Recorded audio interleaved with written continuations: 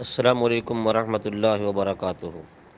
جی جناب، آپ نے سوال کیا ہے کہ حرم پاک میں یعنی آقا دو جہاں صلی اللہ تعالیٰ علیہ وآلہ وسلم کے حرم مدینہ میں حاضری دینے کا طریقہ کار کیا ہے۔ آپ نے طریقہ کار پوچھا ہے تو میں مختصراً عرض کر دیتا ہوں۔ یاد رہے کہ نبی پاک صاحب اللہ صلی اللہ علیہ وسلم کی زیارت تمام عبادات سے افضل اور سب سے زیادہ ثواب کا باعث ہے، اور تمام عبادات سے افضل عبادت ہے، اعلیٰ عبادت ہے کہ نبی کریم صلی اللہ تعالیٰ علیہ وآلہ وسلم کی زیارت کی جائے، بلکہ یہ واجبات میں سے ہے۔ یعنی نبی کریم صلی اللہ تعالیٰ علیہ وآلہ وسلم کی زیارت کرنا امت پر واجب ہے، اور جس کا ادا کرنا یعنی زیارت نبی صلی اللہ علیہ وسلم کا ہم پر لازم ہے، چونکہ آقا دو جہاں صلی اللہ علیہ وسلم نے اس کی ترغیب دی ہے کہ آقا علیہ الصلوۃ والسلام نے فرمایا کہ جس آدمی کے لیے ممکن ہو کہ وہ میری زیارت کر سکے لیکن پھر بھی زیارت نہ کرے تو گویا اس نے مجھ پر ظلم کیا۔ پھر ایک اور حدیث پاک میں فرمایا کہ جس نے میری قبر شریف کی، میرے روضہ انور کی زیارت کی، اس کے لیے میری شفاعت واجب ہو گئی۔ اور مقام پہ آقا علیہ السلام نے فرمایا جس نے میرے وصال کے بعد میری زیارت کی، میرے روضے پر آیا، اس نے میری ظاہری زندگی میں میری زیارت کی۔ یعنی یوں سمجھے کہ ظاہری حیات طیبہ میں جیسے میں دنیاوی زندگی اور حیات کے ساتھ موجود ہوں، گویا اس نے اس طرح میری ملاقات بھی کی، میری زیارت بھی کی جو میرے روضے پر آیا۔ اور علماء کرام فرماتے ہیں نبی کریم صلی اللہ تعالیٰ علیہ وآلہ وسلم زندہ ہیں، آپ کو رزق دیا جاتا ہے۔ آقا دو جہاں صلی اللہ تعالیٰ علیہ وآلہ وسلم بلند ترین مقامات پر فائز ہیں، لہٰذا آقا دو جہاں صلی اللہ تعالیٰ علیہ وآلہ وسلم اپنے زیارت کرنے والوں کو دیکھتے ہیں، ان کو جانتے ہیں، ان کو پہچانتے ہیں۔ لہٰذا جو آقا دو جہاں صلی اللہ تعالیٰ علیہ وآلہ وسلم کی بارگاہ میں حاضری دینے کے لیے جا رہا ہے،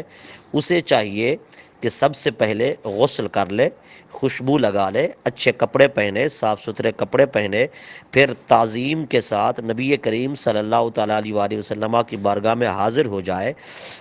اس طرح حاضر ہو جائے کہ مسجد شریف میں یعنی مسجد نبوی میں داخل ہو کر ممبر شریف کے پاس 2 رکعت نماز تحیت المسجد پڑھے۔ یعنی جب حضور کی مسجد شریف مسجد نبوی میں داخل ہو تو ممبر شریف کے پاس 2 رکعت نماز نفل تحیت المسجد کی نیت سے پڑھے۔ یوں نیت کرے 2 رکعت نماز نفل تحیت المسجد، پھر یہ ممبر کے پاس پڑھے، حضور کا جو ممبر ہے، اور اس میں اس طرح کھڑا ہو کہ ممبر شریف کا جو پایا ہے وہ دائیں کندھے کے برابر ہو جائے۔ ممبر شریف کا جو پایا ہے وہ دائیں کندھے کے بالکل برابر ہو جائے۔ حضور علیہ الصلوۃ والسلام بھی یہیں پر کھڑے ہوتے تھے، اور آپ کی قبر انور اور ممبر شریف کے درمیان ایک جنتی باغ ہے جس کو ریاض الجنہ کہا جاتا ہے، جیسا کہ نبی کریم صلی اللہ تعالیٰ علیہ وآلہ وسلم نے خود فرمایا کہ ممبری علی حوضی، کہ میرا ممبر میرے حوض پر ہے۔ تو وہاں پر مطلب ہے کہ پھر جس کو ریاض الجنہ کہتے ہیں، تحیت المسجد والے نفل کے علاوہ اور 2 نفل پڑھے شکرانے کے، 2 رکعت نماز نفل شکرانہ، کہ حضور کی بارگاہ میں حاضری کا شرف اور اعزاز مل رہا ہے، اس پر 2 رکعت نماز نفل شکرانہ کی پڑھے۔ اللہ تبارک و تعالی جس کو توفیق بخشے وہ ریاض الجنہ میں جا کر ضرور 2 رکعت نماز نفل شکرانے کے پڑھے، پھر جو دعا چاہے مانگے، اور آقا دو جہاں صلی اللہ تعالیٰ علیہ وآلہ وسلم کے روضہ انور کی طرف متوجہ ہو کر جھک جائے، اپنے آپ کو جھکا دے، سر کو جھکا دے، اپنے کندھے جھکا دے، حضور کی قبر انور آپ کے روضہ مبارکہ کے بالکل سامنے 4 ہاتھ کے فاصلے پر کھڑا ہو، اور اس طرح اپنا سر بھی جھکائے، اپنا چہرہ بھی جھکائے، جھک کر عاجزی انکساری کا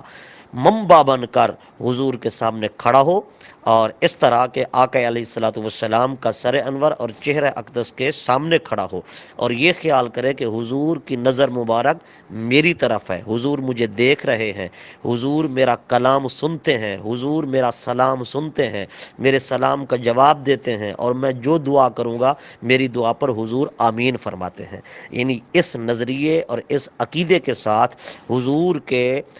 روضہ انور کے قبر مبارک کے سامنے کھڑا ہو، سر کو جھکا نکالے عاجزی کے ساتھ، انکساری کے ساتھ، پوری پوری تعظیم ادب احترام کے ساتھ، اور پھر یہ خیال رکھے کہ حضور مجھے دیکھ رہے ہیں، میرے سلام کا جواب دے رہے ہیں، حضور میری دعا پر آمین کہہ رہے ہیں۔ پھر یوں کہے السلام علیک یا سیدی یا رسول اللہ، الصلاۃ والسلام علیک یا سیدی یا نبی اللہ، الصلاۃ والسلام علیک یا سیدی یا حبیب اللہ، الصلاۃ والسلام علیک یا سیدی یا نبی الرحمہ، الصلاۃ والسلام علیک یا شفیع الامہ، الصلاۃ والسلام علیک یا سید المرسلین،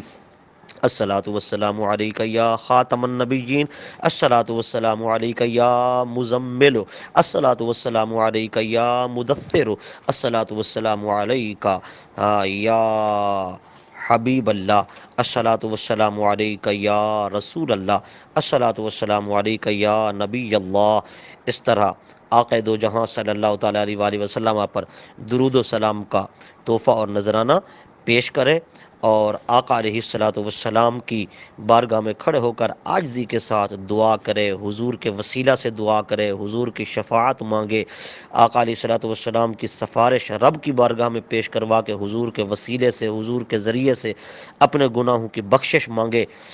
اس طرح آقا علیہ السلام کی بارگاہ میں حاضری دے اور عرض کرے یا رسول اللہ صلی اللہ علیہ وسلم، میں نے اپنے آپ پر ظلم کیا ہے، میں بہت گناہگار ہوں، آپ کی بارگاہ میں سفارش کے لیے آیا ہوں، اللہ کی بارگاہ میں میری سفارش کریں، اللہ کی بارگاہ میں میری شفاعت کریں، اور اللہ کی بارگاہ سے میری معافی طلب کریں۔ آقا علیہ الصلوۃ والسلام پر درود و سلام پڑھنے کے بعد، دعا مانگنے کے بعد، پھر حضرت سیدنا صدیق اکبر کے سر انور کے سامنے کھڑے ہو جائے،